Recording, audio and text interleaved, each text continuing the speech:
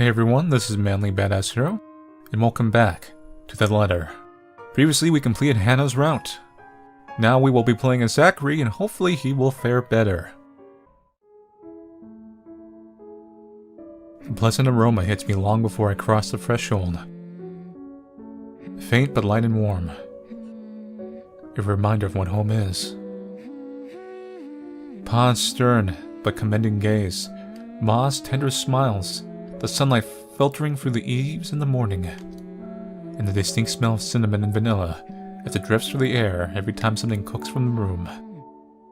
The room. Our room. Ma and Pa's pride and joy.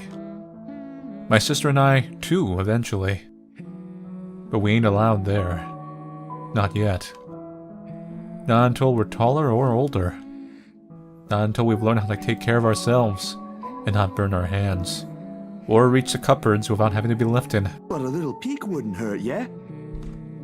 The floorboards are cold under my feet, more than it usually is. The walls are more forbidding than I'm used to. Farther and farther the room goes. Ma singing ceases and Pa... No, please wait! I'll be good! I'll sleep on time! Don't go! I can't hear Pa. Not above the righteous clanging and the deafening roar of gunshots, nor the screams replacing the comforting soft melodies. There's only the blinding fear. When my foot slips, the red sea that catches me is bitter and frigid, but the blood that drips in my hand is warm, warm, warm. It ain't my blood. The walls tumble and everything goes quiet.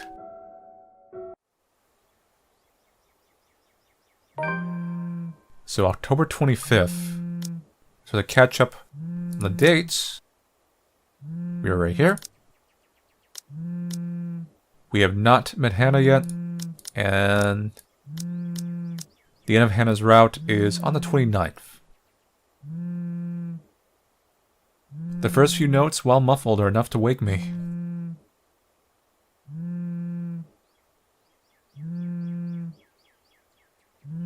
It takes a few moments for everything to fall into place, for my eyes to adjust to the light streaming into my room.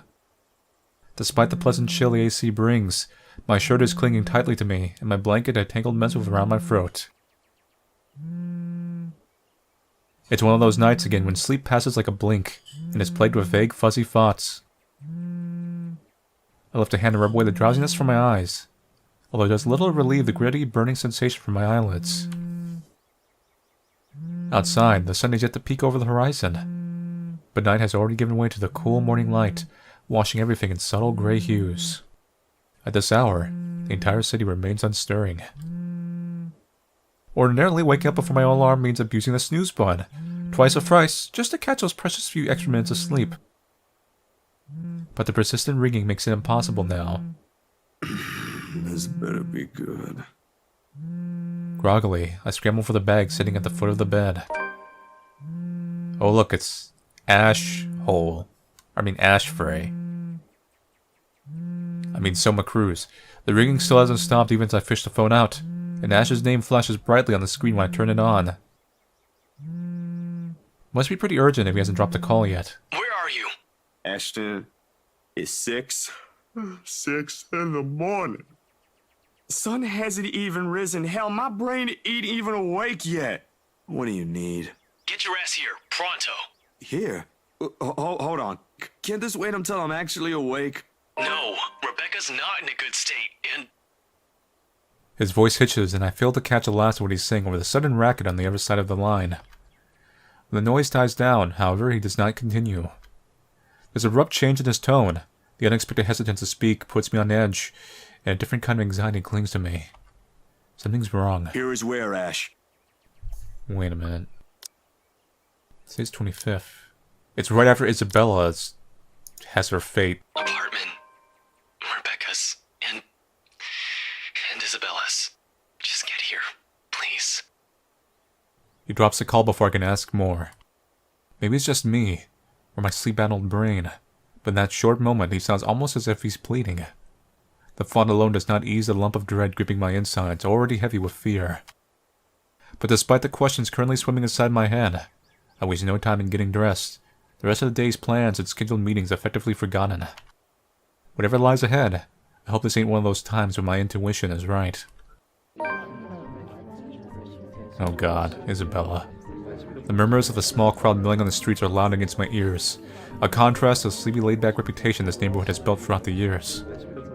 Despite sitting close to downtown Luxborn, Salamwella Quarter never did quite attract the loud crowd common to the city. Isabella mentioned once how the quiet bothered her in her first few years here. She's grown so used to the routine clang of the slums in her hometown, it's become the closest she has to a lullaby. She never did quite adjust to the kind of mum Salamwella had. And now, I highly doubt she'd like this kind of commotion either, in her own apartment complex no less. However, where's Rebecca in all this?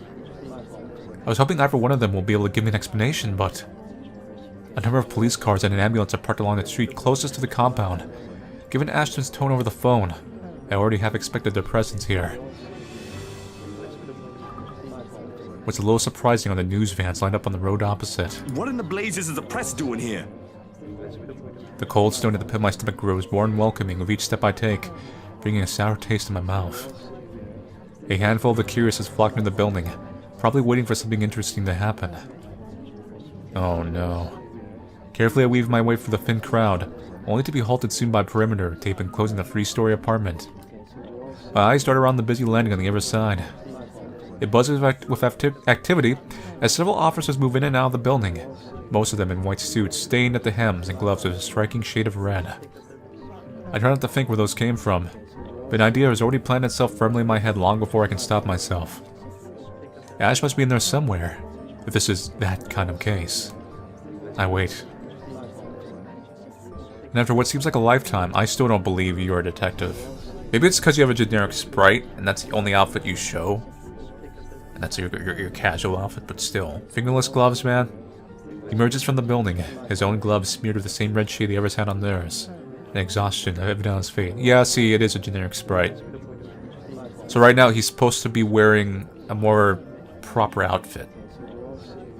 Briefly, he scans the area, but quickly averts his gaze when he catches my eye.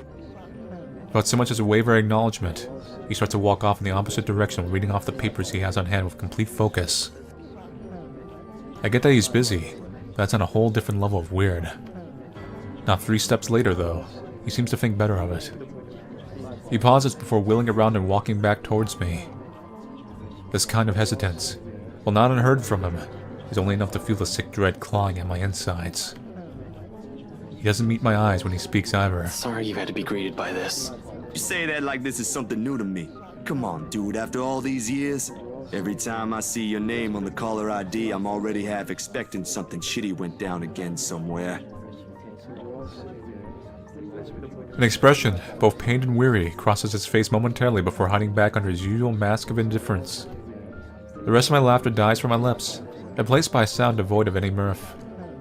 Try as I might to keep the talk light, the thick atmosphere has become stifling at some point. I've always known how taxing his work in the police force had become since his promotion, seen with my own eyes, as a matter of fact. But right now, have these things really gotten this bad for him lately? Can't say the side of forensics is a pleasant thing to see in the morning. Just count to the point. We know what it is. Yeah, anyway, where's Rebecca? You mentioned she's not in a good state. And then... we have this. Please don't tell me she's somehow gotten herself in. Nothing's happened to her. They're just getting her statement. They should let her go soon. He gestures with his head towards an ambulance parked a short distance from us. A strikingly familiar hair is visible between the 2 officers standing nearby. Although I can't see her face, the tired droop on her shoulders is impossible to miss. Still, to see her unharmed is relief enough. Glad to hear that. See, that's what I'm wondering, like, is the letter, does that not work? Because obviously more than 5 people saw the letter. So, maybe it is a persnickety ghost, or it's a lie. What's going on here anyway? Seems like you've got yourself another big case on your plate this time. I mean, it's not above a ghost to lie, to be honest. It's been classified as a homicide, but nothing conclusive yet. A homicide? Another? Right here? Figures why the press is here. No, I don't think any of the 2 girls will appreciate you bringing the whole precinct here. Bella especially. Never did quite forgive Devlin, no matter how much she laughs about it now. Isabella's not here. Zach. A flicker of grief, momentary in its passing, but tear across his face at the mention of her. In that single lapse, the stone in my stomach has firmly launched itself up in my throat. Ash, what's really going on here? A hunch, that's all it is. But if there's anything I've learned from him all these years, is that asking the hardest questions are unavoidable if you want to get answers. None in a world as harsh as ours. Ashton, I asked you a question. Where is Isabella? When he looks at me, I already know the answer. Goddamn, I already know it. I want to hear it straight from him. She's dead. 2 words. None of it registers. Dude, you know full well I find jokes like that in bad taste. If you need me curious about this, you got it done way before that came out of your mouth. Now answer the question properly. I already did. What else do you want me to tell you? The truth! Stop shitting with me and tell me what this is all about! God help me if no one tells me what's going on. I swear I don't have time for this, Zach. I've got a lot of stuff waiting to be dealt with right now. I need you to make yourself useful and stay with Rebecca after they're done with her. Let me through.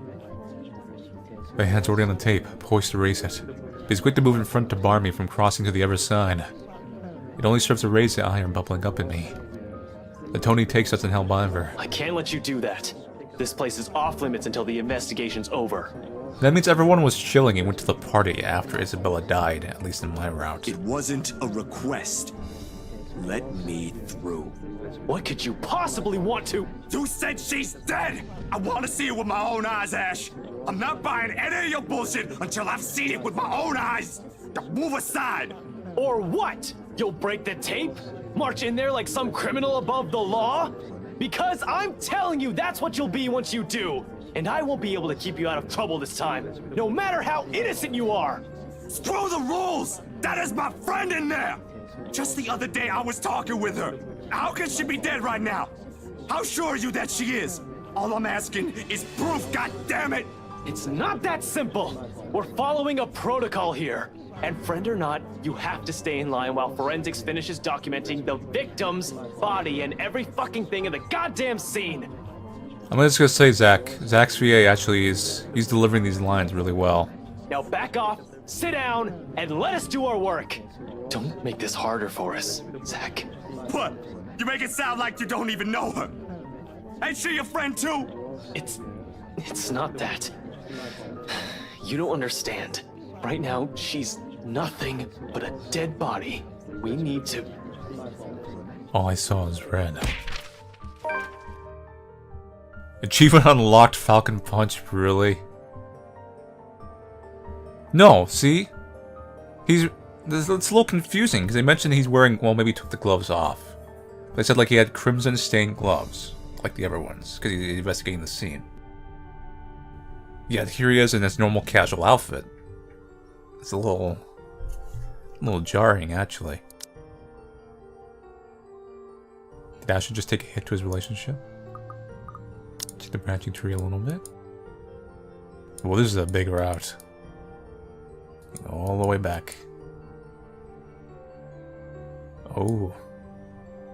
So, I guess this is the Isabella dies route right here.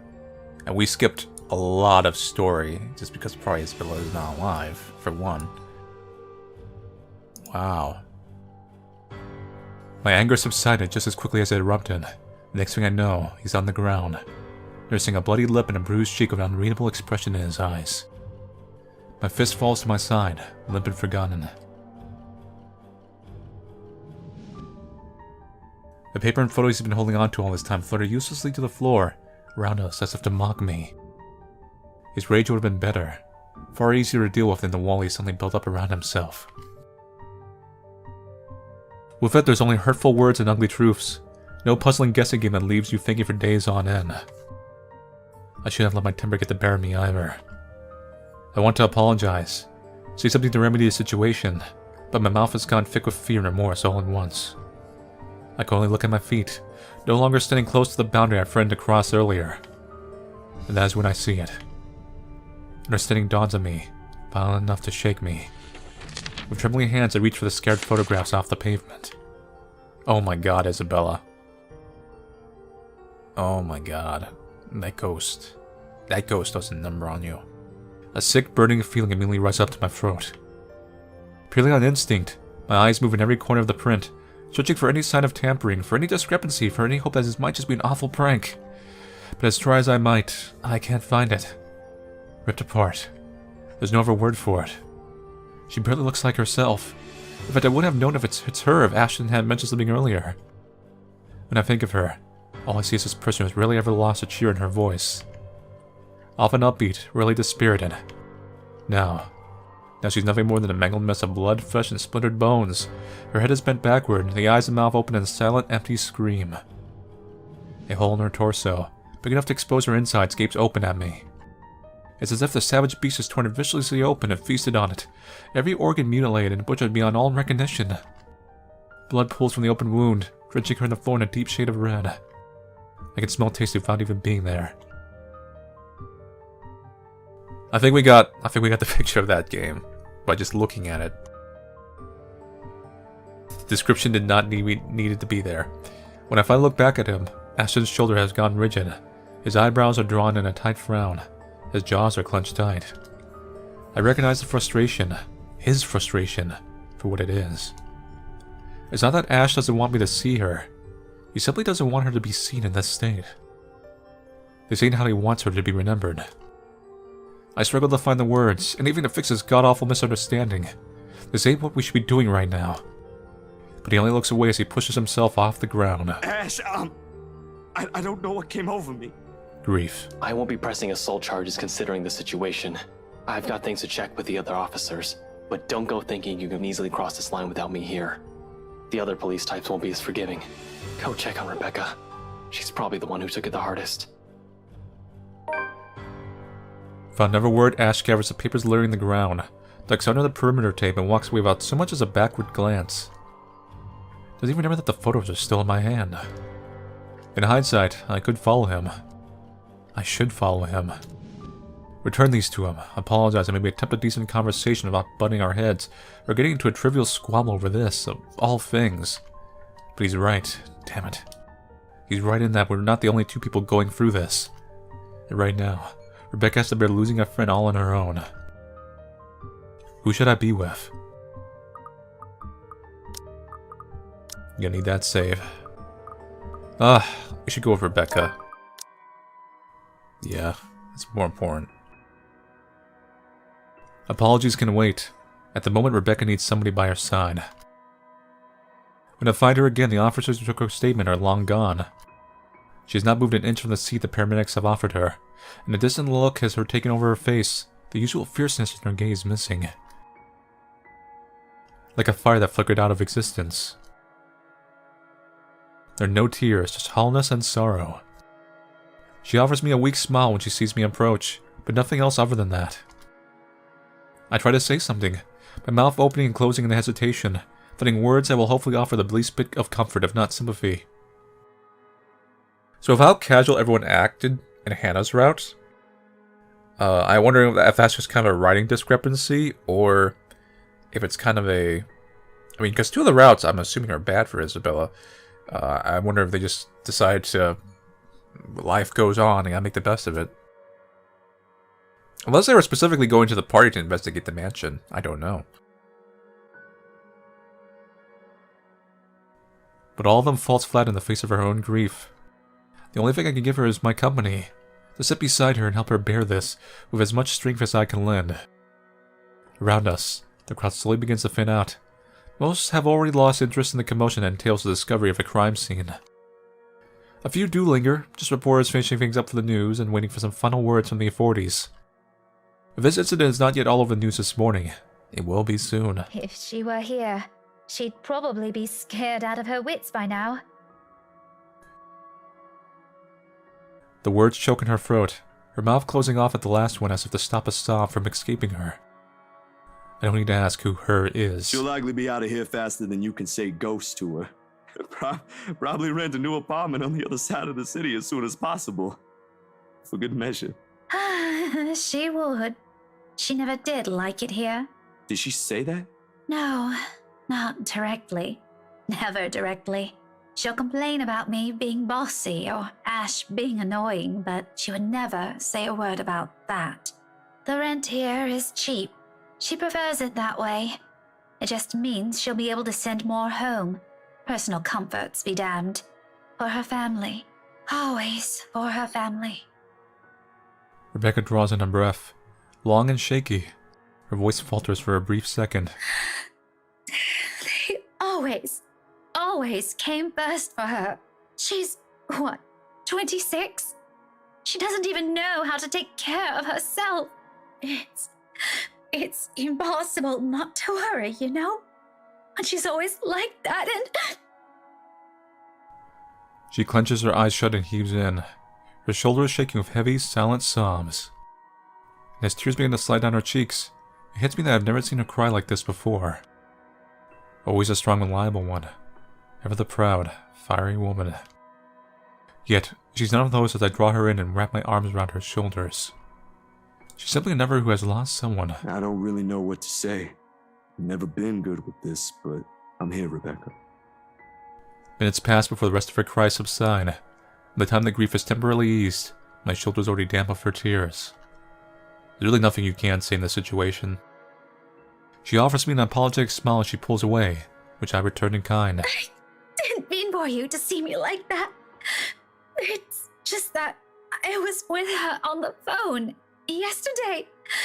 Before this, we had a fight. If I had known that would be the last time, I don't know. Maybe I should have been more careful with my words. Hey, it's okay. You don't have to say anything now. And it's not your fault. Never your fault. Understood?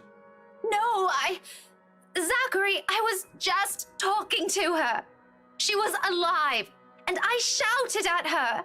I should have at least heard her out, given her the chance. She was so worried about everyone, that something might happen to us. Suddenly, she trails off. The rest of what she's saying becomes lost in her tongue. Her eyes are wide when she looks back at me. One trembling hand cups over her mouth, and never reaches out to grip my arm with strength I had not known she possesses until now. Zach, she was warning me. She said we might be in danger. Remember Rose Cooper? Her co-worker on the news? You've heard it, right? She was saying something about her and the letter she got from that mansion. You know, the one we all looked at. Whoa, wait there, Rebecca. That's a huge jump in logic right there. And a little bit too much to take in at once, frankly. Yeah, it's not weird that two people who saw this letter, died horribly. Plus all of their coworkers are also missing. I know that. If nothing happened, I wouldn't have given it much thought.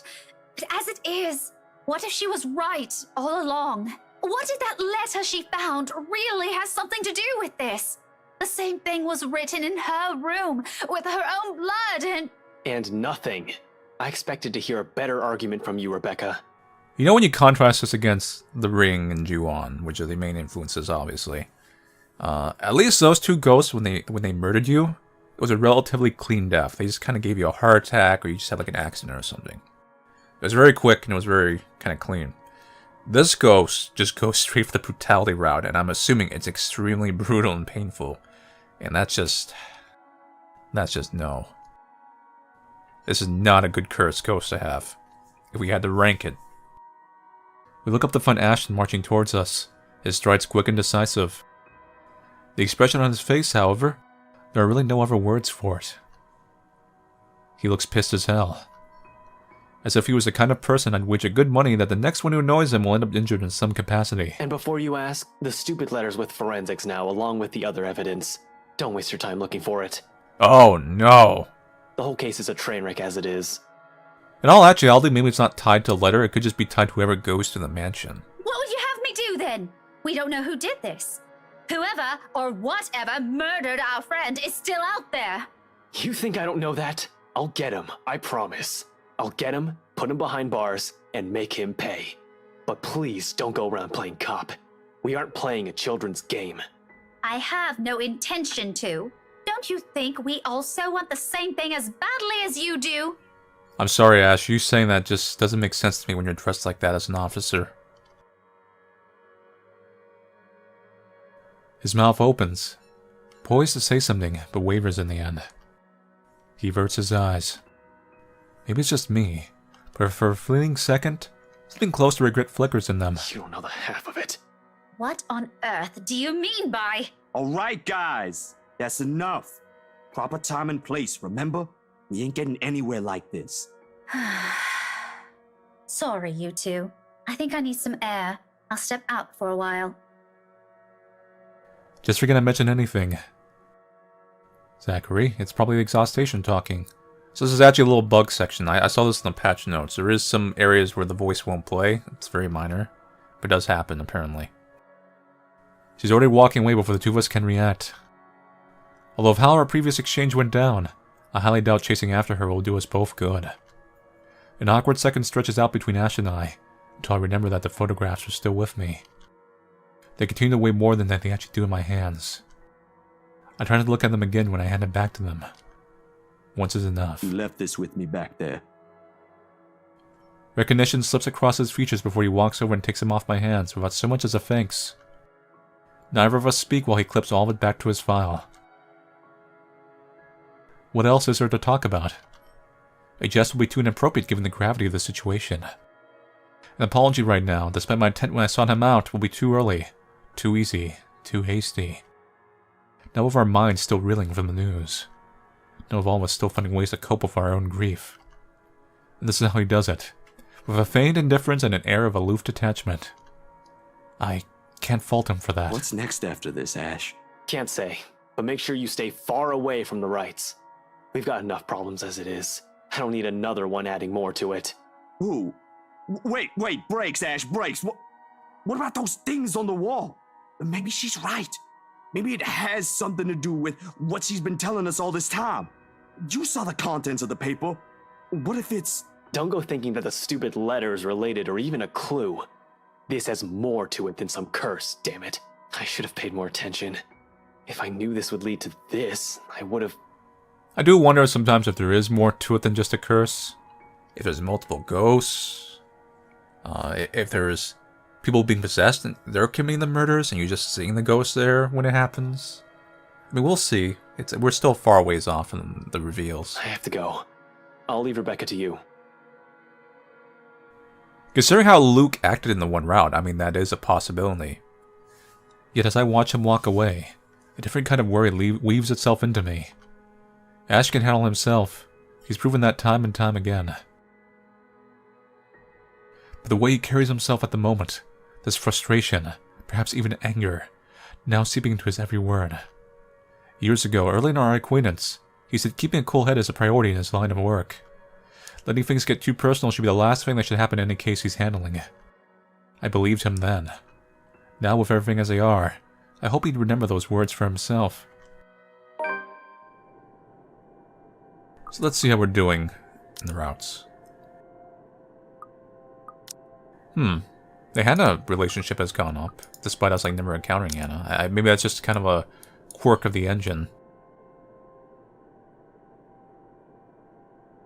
So I'm assuming the top route is Isabella is fine. The bottom route is probably Isabella car. That's what I'm thinking right now. Let's see, let's look at the dates.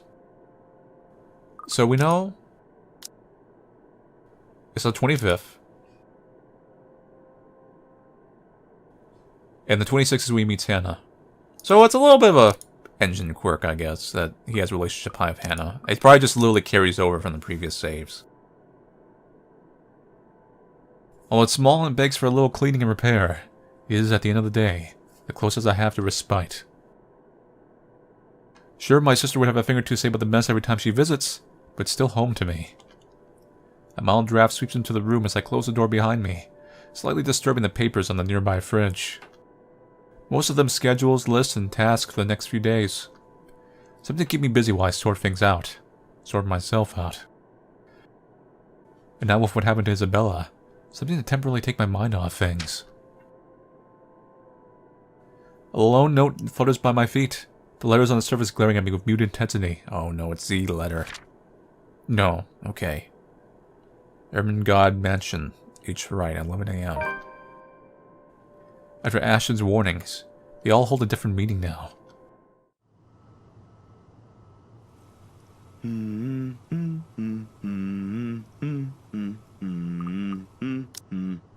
So, we skipped over to 27th. We skip over Hannah's day. The next 2 days rushed by in a blur, altogether leaving a collective mess of work suddenly piling up, and new unexpected acquaintances, or friends. Depends on how you look at it, really. Either way, I'm stuck developing these photos at 3 in the morning to reach a deadline set by an over-eager art director. Oh, I know what's gonna happen here.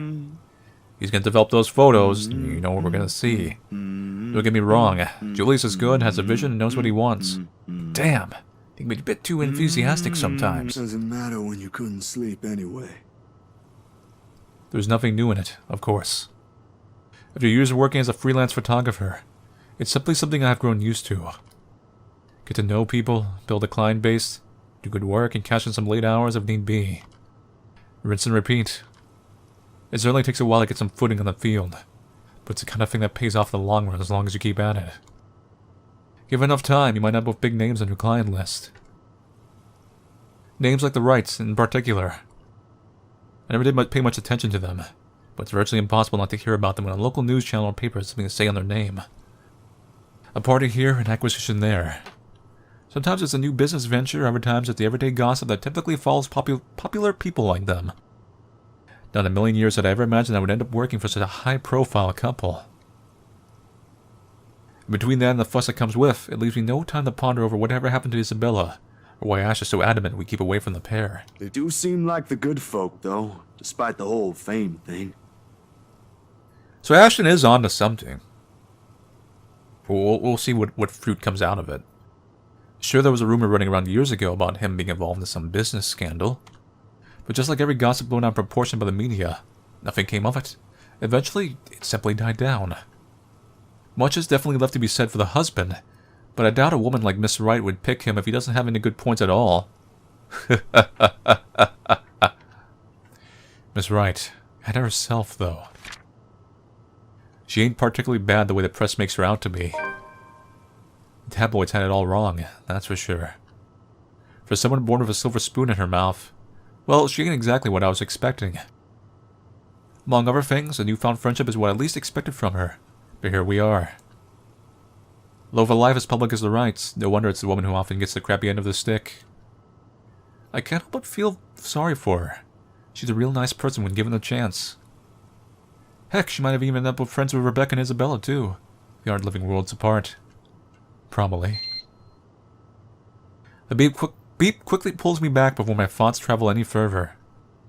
In one practice motion, I carefully place the wet print I'm holding on a drying rack and amble over my makeshift darkroom to get the last photos from the water bath. Inside the converted broom closet, the film processor lets out another soft clack before going on in standby mode. At its mouth, a lone photograph sits on a tray, barely visible with the lack of light. It's the last one tonight for the said Miss Wright requested. I don't usually make this a habit, giving away stuff, that is. It's bad for the business, no matter how well-intentioned or generous you are. This exception, however. She did treat me well, and was a pleasant companion all throughout the shoot, so this was determined by her choices. So if we were a little more taunty with him, he'd be more like, ah, man, Miss Hannah's a real dick. Although that has too many effects in the long run. It's more of a fluff thing, I imagine. But even if she didn't ask, I would have probably given her a few prints just for the hell of it. Miss Wright ain't such a bad subject matter to begin with. And maybe this is just me. But for someone who has everything at the palm of her hands, all the money in the world, a loving husband, ha ha ha, and a plenty big mansion to call home, she's lonely. She doesn't just appear like it. It shows in the tone of her voice, how she moves, and most certainly in her smiles. Always hidden behind the glamour for the world to never see. Sometimes for people like her, small things like these help. A little reminder that the world can be kind, too. Water drips on the paper as I blindly pick it up, and gently lay it on another tray holding a decent amount of photo flow. A few seconds are the solution is all it needs before it's ready for drying. No good rushing this last one, even my body's already screaming for some decent snooze.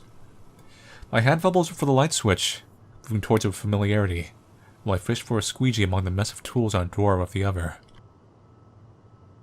The bulb flickers twice before its glow settles, and casts a soft light in the tiny space. When I glance back down, squeegee in hand, ready to finish the process and finally call it a night. What on earth? Oh my god. Her head is gone. No, it's there, it's just... It's got an artsy painting. Blurred into story beyond recognition, remember. The area completely smudged over. There would be no trace of the same sweet smile the good woman carried in all the previous prints. Damn, that was too careless. A common mistake to make, of course, if one is negligent enough to pick a newly processed photo in the dark, like I apparently did. It has happened before. Loads of times, actually. But I still can't help but feel a small pang of frustration over one mistake a newbie would likely make.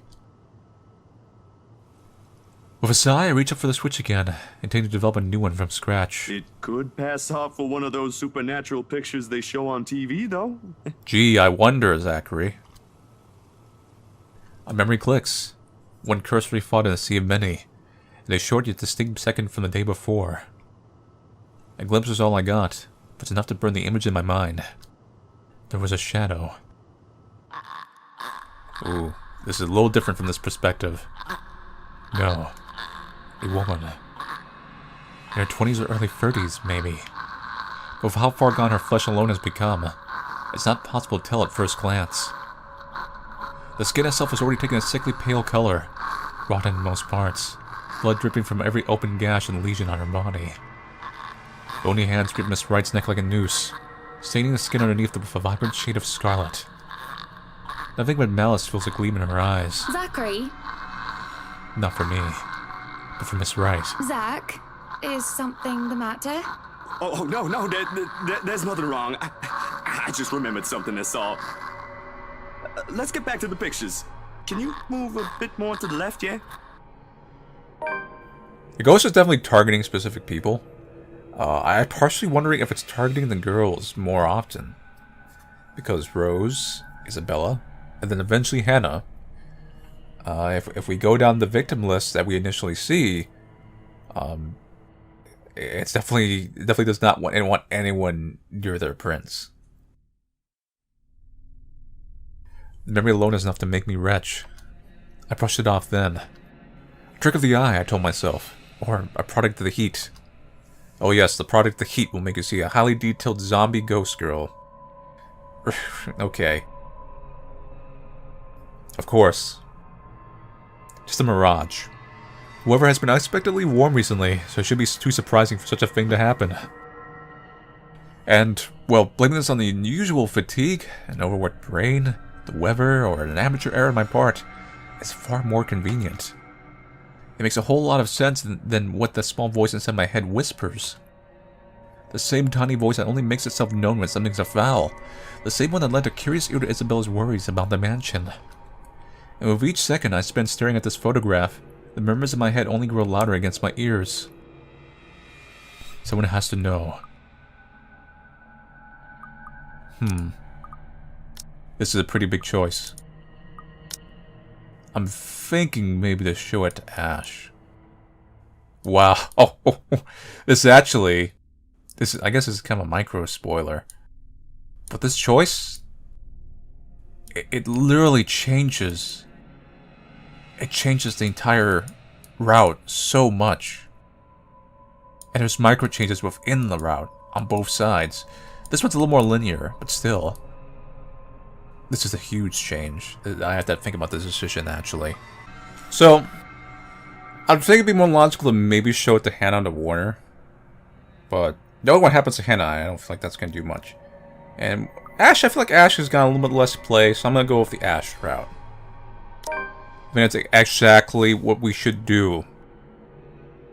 Ash will give me flack for this. He will. I can already hear what he's going to say about this the moment I bring it up. Hell, before he sees anything, I'll wager. The guy's a skeptic through and through, and it'll take more than my account for him to even consider this. But when you've been there, seen something enough to raise the hairs to the back of your neck and leave you wanting to flee or hide, what he thinks is the least of my concerns. I am no hero. That's a tale best reserved for someone else. Still, this will help him change his mind. It's worth a try. It won't bring Isabella back. It's far too late for that. But she certainly won't wish for anything to happen to us, either. Outside, the sun is yet to rise. I still got a few hours before dawn. Good enough time to mull over how I'll go about this with him. Plenty of space to check if I'll get the same result if I redo the process again. The film processor hums back to life at my touch. The light switch gives out a soft click and darkness embraces a small closet again. Somehow those urban legends don't sound so silly now. Sometimes I wish Ash would make himself easier to find. 24 messages, 13 phone calls, and 1 visit to his flat later. I still have no idea which rock in Luxborn he will have to hide under again. I don't know, maybe a volcano? That's a joke based on his name. The guy has his own place but refuses to stay in it. Has his own phone but doesn't answer any of the calls or give an indication he's got my messages. Maybe he's in the Zarbucks. Most of the time he'll just show up at my front door. Sometimes in the middle of the night complaining how uncomfortable it is to sleep at the back of his car. Surely you can't be serious. As if the old couch in my flat is any better. Nothing new from him though. But a bit frustrating really. There's a police precinct of course. Then again he's not there most of the time either. And that's also true for today. He's likely out on another stakeout. There's nothing much to do for me but to wait if that's the case. Let's just hope I'm lucky enough today. While Luxborn is a relatively peaceful city boasting a low crime rate, its precinct stays abuzz of activity. The real truth is about 50% of these cases are all related to like a ghost. It's just that one letter gets around really well. As soon as I open the glass front doors, murmurs coming from the people waiting in the lobby welcome me. Officers can occasionally be seen shuffling in and out of the rooms, greeting civilians with a casual smile and a polite nod. Some, though, look a little worse for wear. Like the receptionist who looked at me with much disdain the moment I arrived. I gotta deal with people again? Oh no, here comes another person. I hate being a receptionist.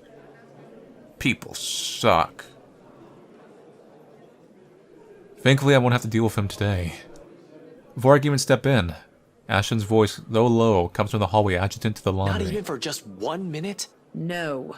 The case was dismissed, remember? You were the one handling that case. If you want access to those records, you've got to ask Chief. I was taken off it before shit went to hell. Why do you even bother? Even Professor Clark seems to have given up on that. Well, never mind, you won't understand. I'm pretty sure we probably should have chosen Professor Clark in the previous route. On Isabella's. I feel like that was probably the right choice in the long run. Right. I know you owe Professor Clark a lot, but the right guy isn't just someone you mess with. But anyway, you know, we've dug our donut. We guys gotta live with what we got. They've got the money. Who knows what else gets swept under the rug with them involved. That takes a special kind of ignorant not to know. And a smart person to know which boundaries he can't cross. You're a bright guy, you'll figure it out. In any case, I've got to get going. Another missing person case on my hand. Benjamin on the front desk looks like he's about to maul someone after the 4th one yesterday.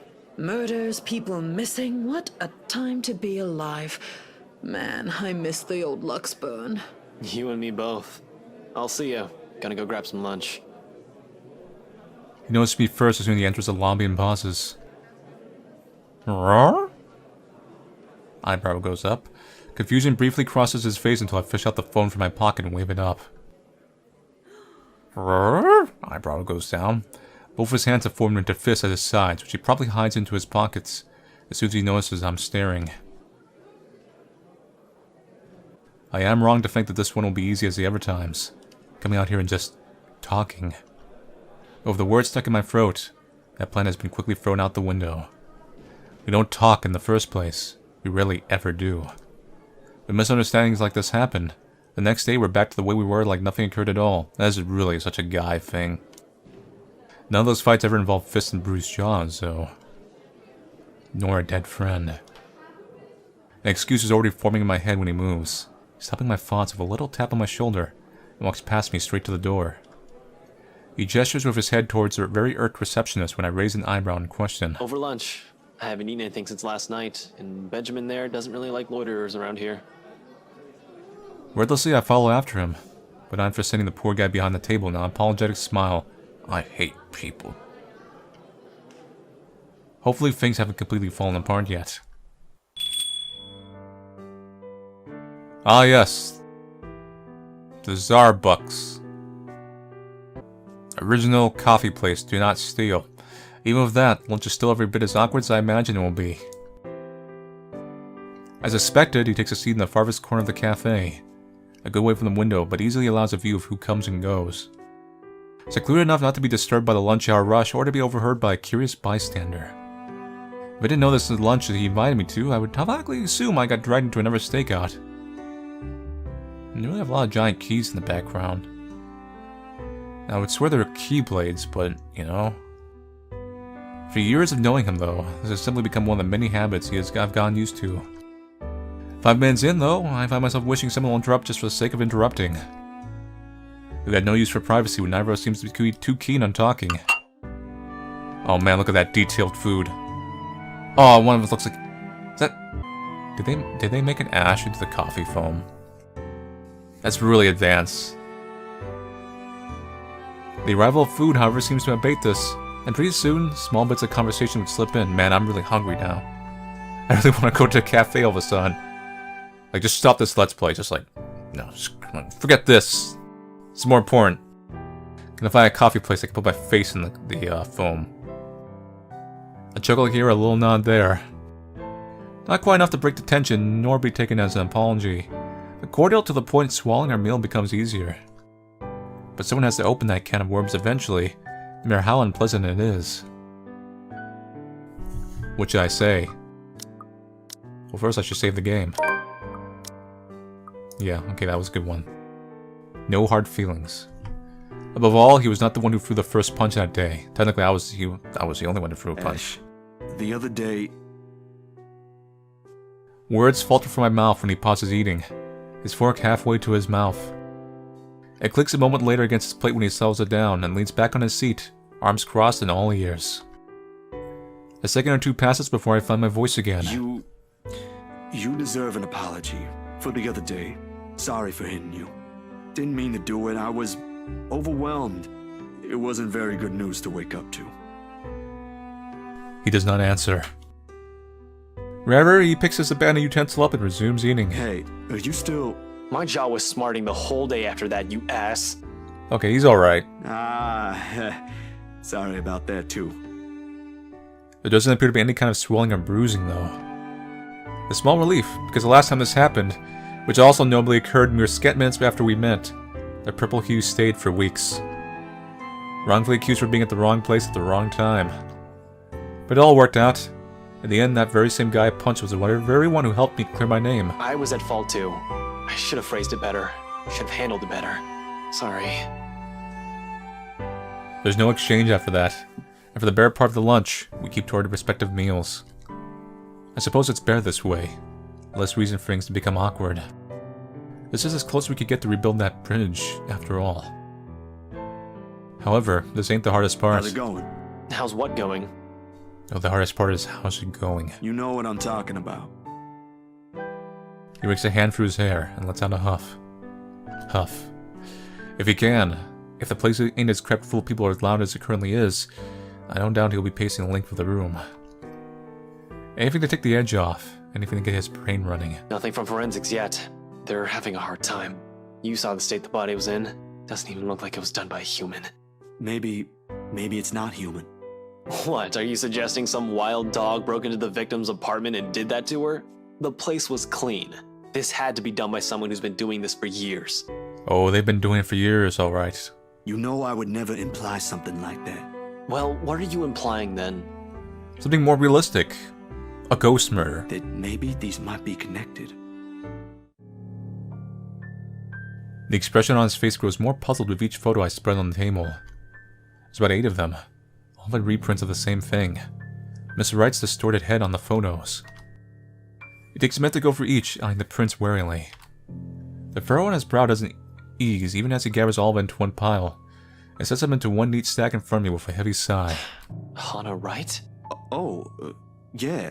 How did you... The locket. She never takes it off.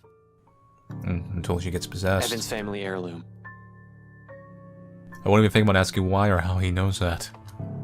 If he's investigating them, he'll likely have already dug up every unimaginable dirt on them, including family history. You never mentioned you got work from them. Yesterday, yeah.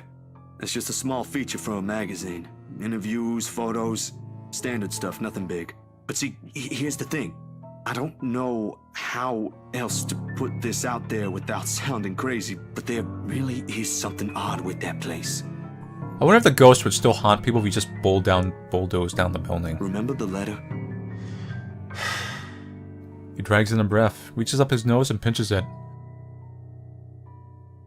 Like the action alone will help grant him all the patience in the world to continue his conversation. You mean world? Please tell me this isn't about that again. No, Ash, you've got to listen this time. I am listening, and I can't believe that just came out of your mouth. These are some blurred out photos, and that letter is just a stupid prank. I expected this from Isabella, not you. You're the photographer here. I don't see any need to get worked up over this. I know what you mean, but will you hear me out first? Ash leans back on his seat and doesn't say anything further. He gestures for me to continue with a wave of his hand, impatience clearly on his face. Any other person telling me this and he'll walk out without batting an eye. I suppose the only reason he's giving the benefit of the doubt is because we know each other. Ash, I don't easily buy into these things as much as you do. Yesterday, though, behind Hana. Eyebrow raise. He blinks at that, his eyebrows lifting momentarily before settling into a deep frown. Hana? Since when were you on a first name basis with the right missus? Eyebrow goes down. Why does that even matter? I thought you said this was just a gig. His voice stays level, but the accusation is clear as day. He hits a nerve in me, somehow. More than that tone usually does. I don't get where he's coming from, but... Well, I mean, you do work, like you wouldn't know their name. I think it went up. Let me double check.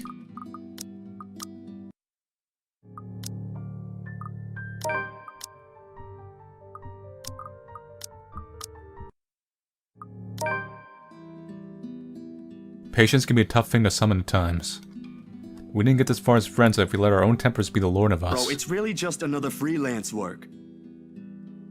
He eyes me skeptically, the same stare he reserves for people he interrogates. I've been on the receiving end of it before, early in our friendship. Years later, he's already got the unimpressed police look down pat. And there's nothing going on with me and Miss Hana. She was just being friendly.